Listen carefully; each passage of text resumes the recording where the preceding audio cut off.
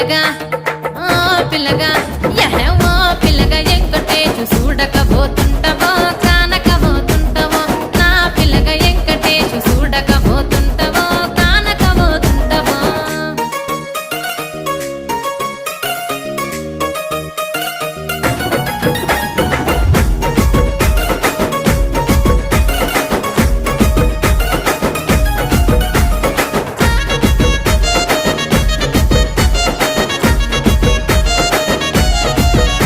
ఓయ్ కండ్లకు కాటుక వెడితే కన్యాకుమారిని నా